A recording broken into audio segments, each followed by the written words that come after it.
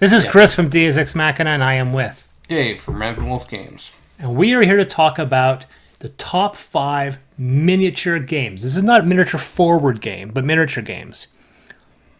You're talking about like miniatures. Well, not miniature as in small, right? No, yeah, miniature. I was like, games, I screwed up the list. Games with miniatures. Okay, good times.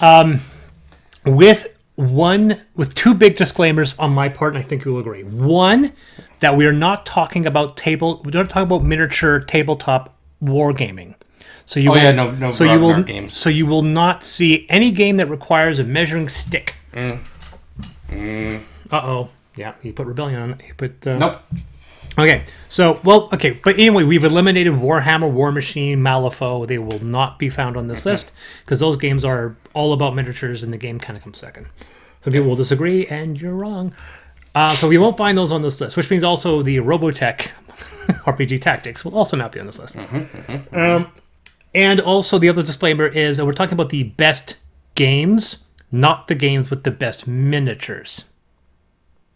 So we're talking about the top 5 games with miniatures, not the best miniatures. Correct. Just the best games. Most enjoyable with miniatures, and on top of that, with a lot of miniatures. I don't want like a game where a good chunk of the cost is miniatures. Yeah, absolutely. I think that's the disclaimer. When a good chunk of what you're paying for is miniatures, that's what qualifies you. Yeah. And the other disclaimer is that it has to be, of course, games we've played, which means Kingdom Death Monster is not on here, so don't even bother asking. I was just going to say that. I was going to say that. People are going to go, what about this? What about this? It has to be a game we've played. So I can tell you right now, there are certain games that are very popular miniature forward that you're not going to find those lists. Hellboy, Batman, Rising Sun, like I said, Kingdom Death Monster. Kingdom Death Monster is probably the biggest miniature game that you won't find in this list. Yeah, exactly. And honestly, I would say I'll go out here and rattle off. Kingdom Death Monster, I've heard not that much fun. Hellboy, not bad. Batman, haven't played it. What was the other one? Another one would be what that we just said.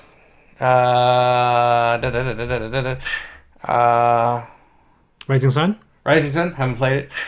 Can't say anything about it other than hype. But anyways, and then the other one was, I thought there was 5. Well, the other one that I was thinking of when it comes to miniature forward would be we always have them, but obviously from a time period, Awakened Realms. Obviously, all the games they do are heavy on miniatures. So some people have Edge, Lords of Hellas, Edge and Lords of Hellas, which are games that we also haven't played.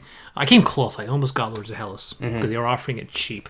For $50. Someone was selling for $50. Yeah, you can get it cheap now. But But like I said, there's something of a part of me that's like I'm holding off because right now they're not batting really solid when it comes to gameplay for me. Yeah. So I'm kind of waiting for their next one that I've backed. When it shows up, I'm going to play it. If I don't like their mechanics, I'm going to write them off and say I don't care how good your games are. And I mean the other, again, as we said, like you can have a game that's got really good miniatures, but it needs to have some solid gameplay behind it.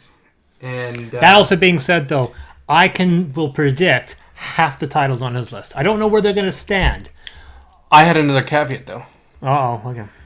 If you can get miniatures for the game, but the game core box comes with standees, I did not include it because it was not a miniatures game, i.e. Folklore. You get standees. You don't get the miniatures unless you get them on top of the game. In which case, to me, that is not a miniatures game. The miniatures are an afterthought. People will argue that. I'm sure if they actually watch our video, they'll say, "No, they wanted to do it." No, if your miniatures didn't come in the core box, it's not counted. Yep. So with that, 1, 2, Oh, he cuts paper. All right. But the thing is, this wasn't paper. This was a smack of the face. It was a smack of the face. Coming in at number 5. Number 5 is Fantasy Flight's entire franchise. No, just kidding. You criticized me when I pulled that stunt with Art, so don't pull that on me. No.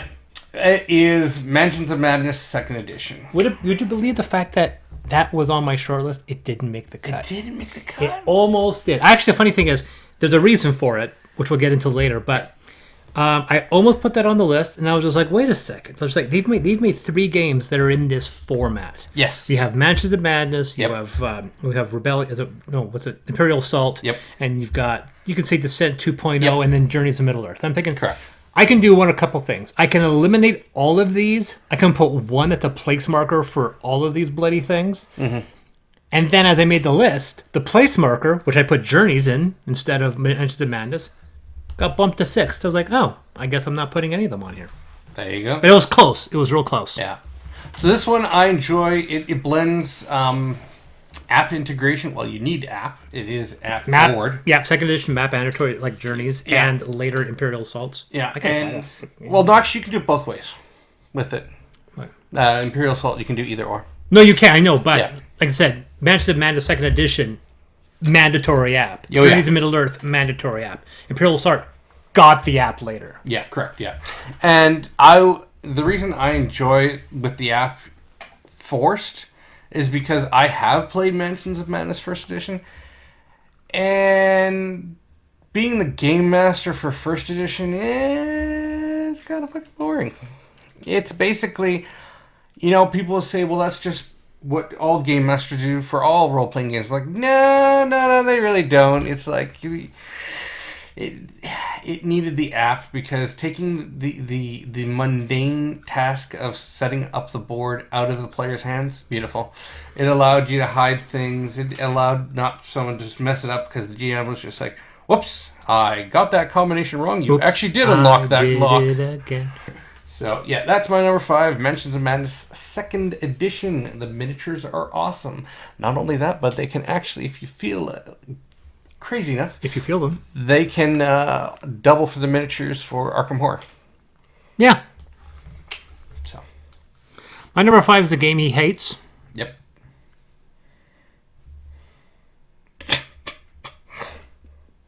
It's Grim Forest. Oh, God. Really? Grim Forest miniatures are fantastic, and that's about half the reason why that game's that price. But is the gameplay good enough to get it there? I- Better than Mansions of Madness? Really? I guess it came down to there was 2 things: gameplay and the quality of the miniatures, right? And I felt that the designs of the Grim Forest miniatures edged it out. Mansions of Madness is a better game, but I Alright. like the miniatures in Grim Forest better. And like I said, I had put Journeys to Middle Earth as the place marker for that title, and I definitely think that Grim Forest's miniatures are better than Journeys to Middle Earth. Haven't even looked at them yet. Well, it's It's in the unboxing. It's still the unboxing.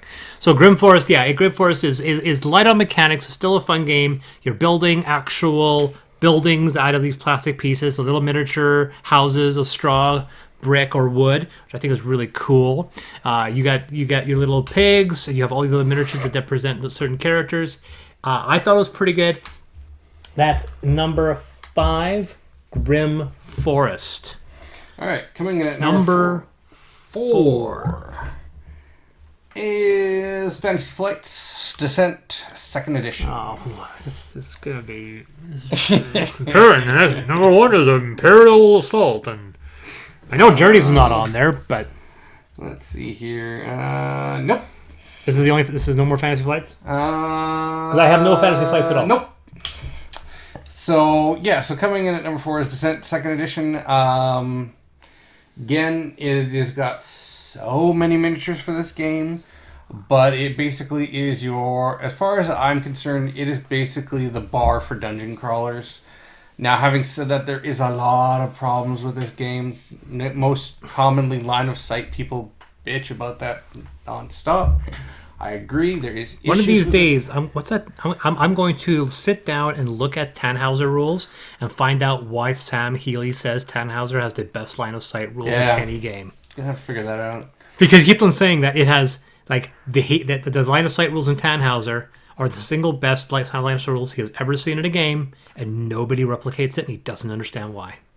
I'm gonna sit down and go, I'm gonna find out, because Tannhauser's also got a cool setting, like it's got that kind of Hellboy, kind of Alternate Wolfenstein. neo-Nazi. So it's got a neat setting, but he keeps on praising the line of sight rules in that game. Like literally, he was like, he'll bring that up. Tannhauser, great game, best line of sight rules. Like he creates that separate caveat. It's a great game, and it has the best line of sight rules of any game. I'm like, all right, sure, fine.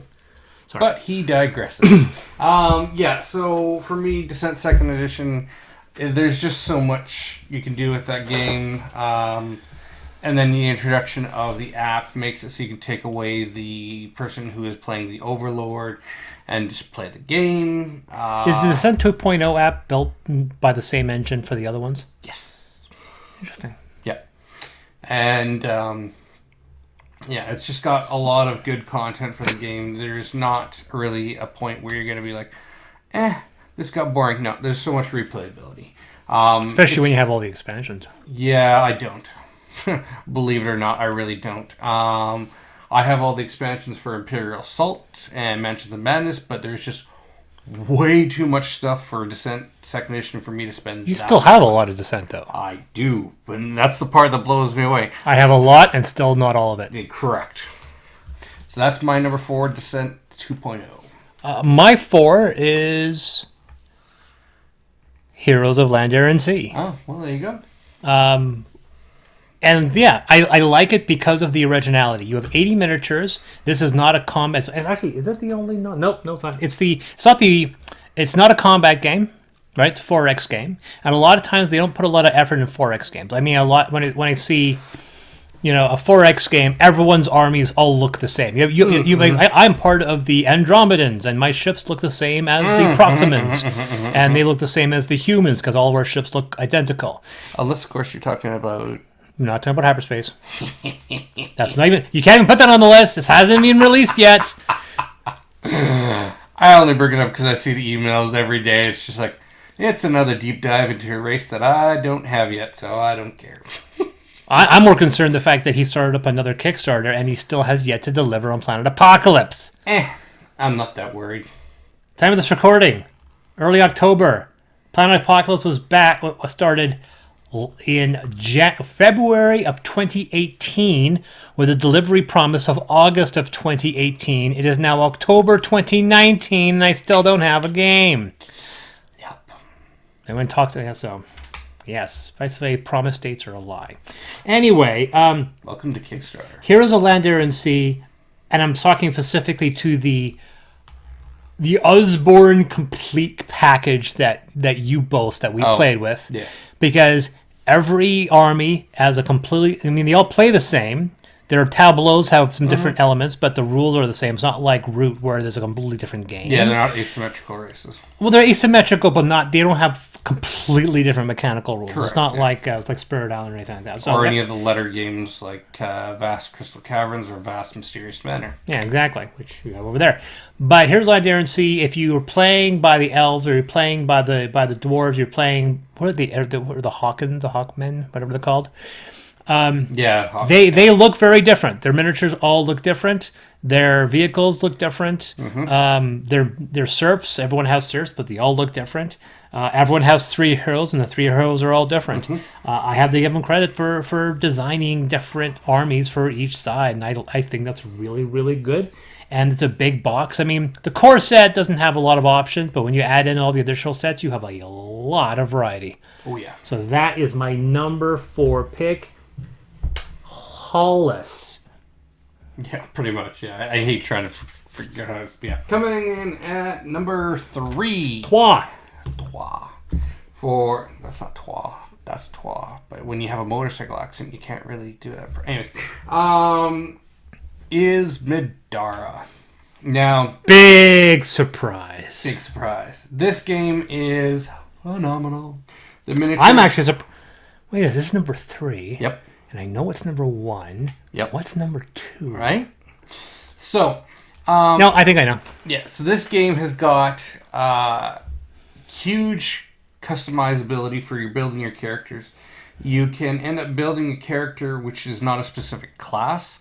So you can have a warrior, mage, summoner. Like, you can do anything with this game.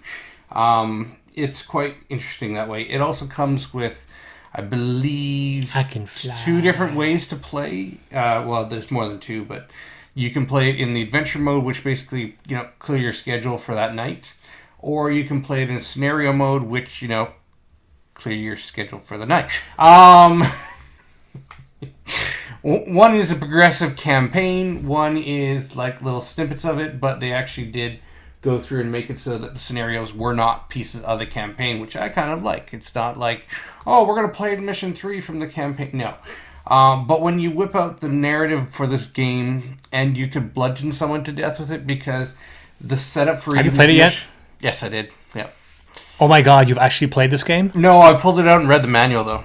At least. You've added it on 4 top 5 lists, and but that's because yes, I know. But no, I actually worked through the manual and stuff, so I know how it plays. Anyways, the game, you end up having this part I'm almost hoping the game sucks. Yeah, it's not going to. And then you're going to be sad. But anyways. I am already sad, but... You go to set up a mission, and the fluff for the mission is, sometimes 2 to 3 pages long of text that you read out. Narrative text. And then on top of that, there are decision points in the game, and that will then change the universe and how you're playing. So, yeah. That is my number... And the miniatures are cool. Oh, the miniatures are awesome. So that is my number 3, Midara. Another side note on that one is if you end up getting everything for it, you have over 180 hours of gameplay, which, oh my god, that's a lot of time. They should just give you money. Yep. If these were gone. My number 3 is nothing like that at all. No. My number 3 is Gia. Dread Draw.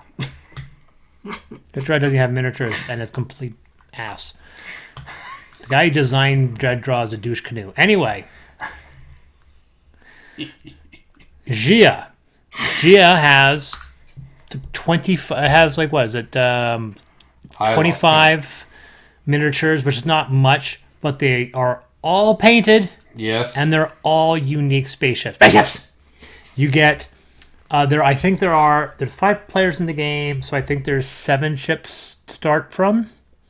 Yeah, something like that. And then that's the starting ship, and they're all different. They all have different abilities, different maps, and a different little painted miniature. And then there's a second row, and there's 7 of those. And then there's a class 3, and there's 7 of those. Mm-hmm. There's the 3 additional NPC ones, and there's also a kind of a side one ship as well. So now you're hitting into the 31, 32 ships. Mm-hmm. They're all painted. You get the expansions, and you have more.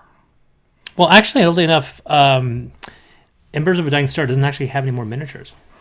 Well, other than the kiln. Yeah, but right. I think you end up getting at least another 3 miniatures in one of the other ones. And there is also, there is community created content, which allows you to use spaceships from other games within Xia. And it's just like, yes. But we're talking about the miniatures that are in Gia themselves, which is awesome. I love the fact that they're painted. I love the little designs. I will just constantly spin around going, this is my ship, this is my own ship, and I give it a name because it is mine.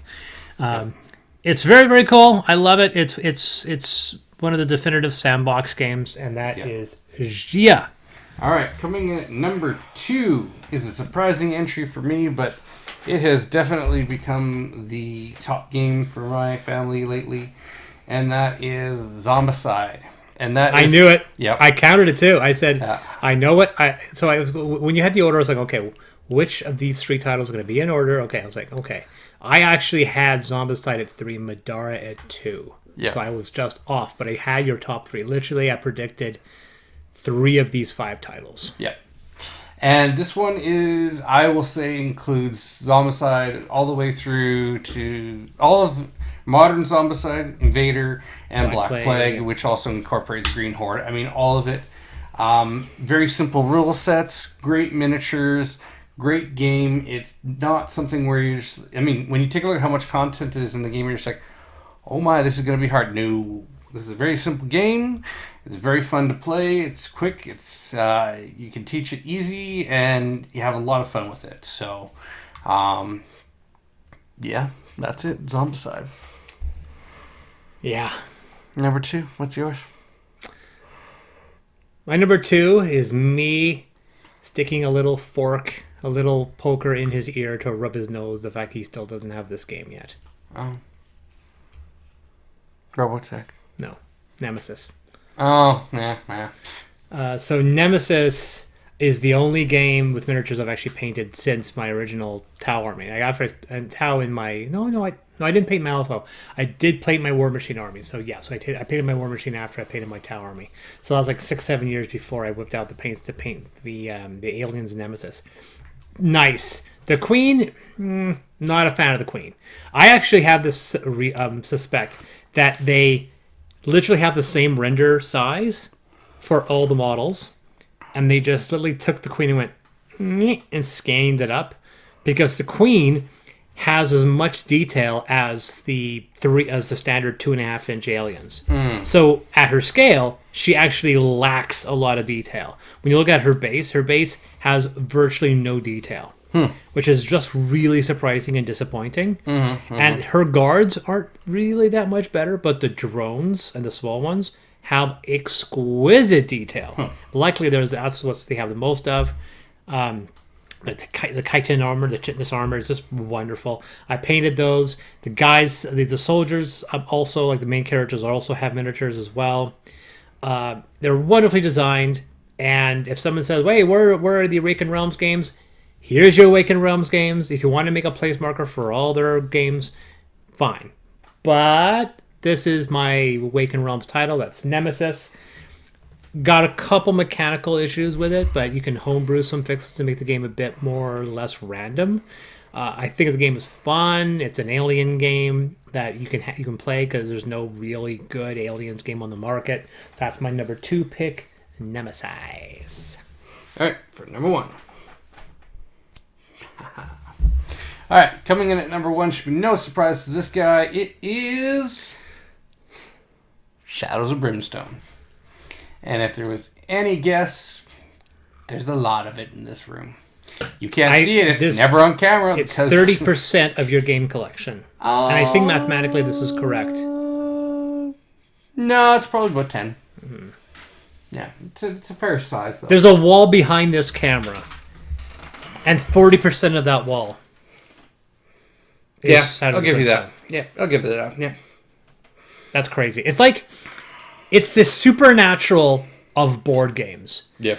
There's so much of it that at this point, nobody can get into it. Yeah. Like, I'll never get a Shadows of Brimstone. It's the same way as I'll never get a Supernatural. And someone's like, "Oh, you can start watching, like, season 4 instead." And I go, "Yeah, but I still have 400 episodes to get through. And I have to spend 400 hours." But no, I'm not going to spend that much time watching this bloody show. And the same thing for Shadows of Brimstone. They're like, if there's 4 box, I don't know. So, like, there needs to be, like, an extensive, like, hour-long video. It's almost like there's a 3.5-hour video that explains the entire history of Destiny, all the way up to the new expansion. Wow. They need to do that for Shadows of Brimstone to explain everything that's happened so you can hop in on one of the later games and not feel you missed out stuff, because bloody hell, this game is big. Mm-hmm.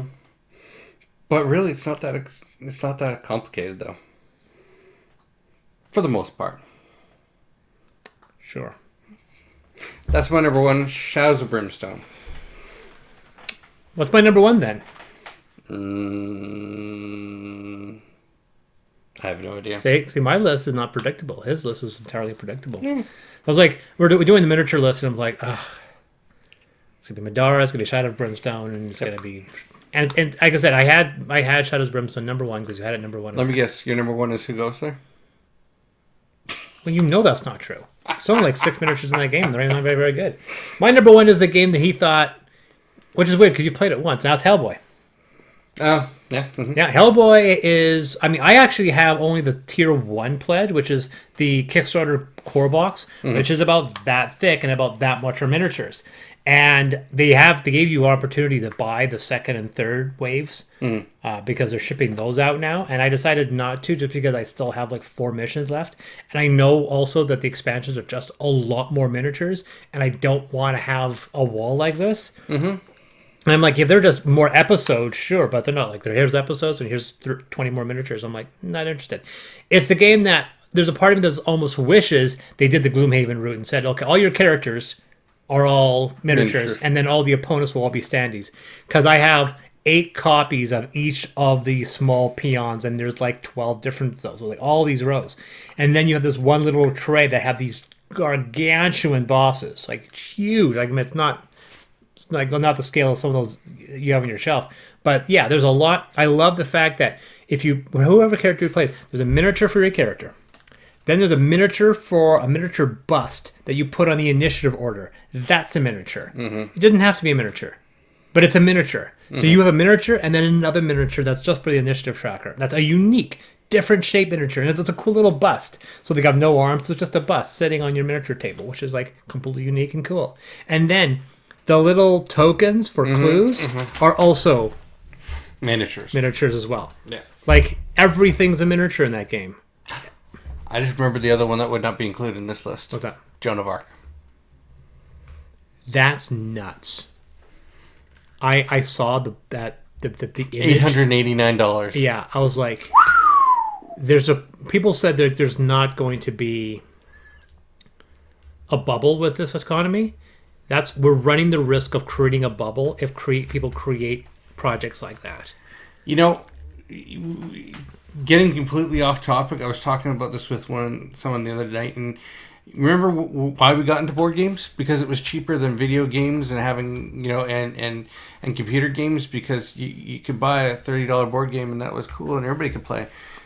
At $889 just for fucking 1,100 where the hell are you going to store 1,100 minis for a game? Now, you're going to end up having a room that looks like this. It's like, I think you have $800 worth of. Oh yeah, probably do. But so it would have been better if they piecemealed Joan of Arc over the course of 6 or 7 years. But that's my number one pick, Hellboy. That was your number one pick? That's number one. All right, cool. Hellboy, I think the reason why Hellboy is number one isn't just because it has the most miniatures of any game I own. And it's not necessarily because the miniatures look the best, and they do. It's also because it actually has a really cool gameplay. I like the gameplay. I think it's fun. I like the fact that it's a variation of a format that I'm employing for a game that I'm designing. But more than that, I like the fact that you don't feel like a complete wimp. So many games are like I was complaining, and I gave this a higher review, and I got more critical. My issue with Journeys in Middle-earth is the fact that it copy-pastes a lot of its mechanics from Mansions of Madness, including the idea of 2 health trackers, one for your regular health and then one for your psychological health, which in that game is fear. And I thought that's a copy-paste mechanic, obviously. And there's a part of me that was just like, I don't recall Gimli, Legolas, and Aragorn being afraid of anything. And their argument would be that these are the younger versions of them. I still don't recall them being angry at anything. Sorry, afraid of anything. So it is a very much it takes me out of suspension of disbelief, and it's a mechanic that I really don't appreciate. And a lot of times, in fact, the same thing, they'll make characters like these characters are incredibly fragile for who they're supposed to be, right? And then you have this Hellboy game where I'm like, oh my god, I'm a machine of destruction, and the whole point of the game is to move through the enemy fast enough so you can get the clues, so you can ambush the main boss before he gets enough strength and becomes really difficult. So it's not the fact that, oh my god, are we going to survive these waves of monsters? No, you will. It's can you get through them fast enough? Because if you play it safe, you will annihilate everybody, but then you have to deal with a much more tougher boss fight, which you can still sometimes win. That's how crazy that game is. Yeah, see, for me, Shadows of Brimstone, there is points where you encounter some of the bosses and you pull up this massive boss that's like the size of this microphone, and your little mini's this big, and you're just like, so, party wipe? Party wipe. Because you're just like, I've got revolvers, and he's got the power of the underworld. I've been playing Borderlands 3. I can take out anything that moves now. So that is okay. So my number 5 is Grim Forest. Number 4, Heroes of Lander and Sea. Number 3, Gia. Number 2, Nemesis. And my number 1 miniature board game is Hellboy. So my number 5 is Mansions of Madness 2nd Edition. Number 4, Descent 2nd Edition. Notice trend. Number 3 is Madara 2nd. No, just kidding. 2 is Zombicide, and number 1, Shadows of Brimstone, is Belial, the god of the underworld from Shadows of Brimstone. That's a surprisingly light model. So yeah. Man, didn't even put him to do any face detail. That's cheap. I'm kidding. Wow, that's yeah. Once again, oddly enough, very light. Mm-hmm. Compared to like the big worm in Hellboy, which is about this big. It's like solid resin. So it's like. But anyway, I've been Dave, and this has been Asmodee. What's his name? Belial. Belial. And this has been Chris. And remember, the rules are just a suggestion. Play the game how you want to play it. As long as they have lots of miniatures. That's right.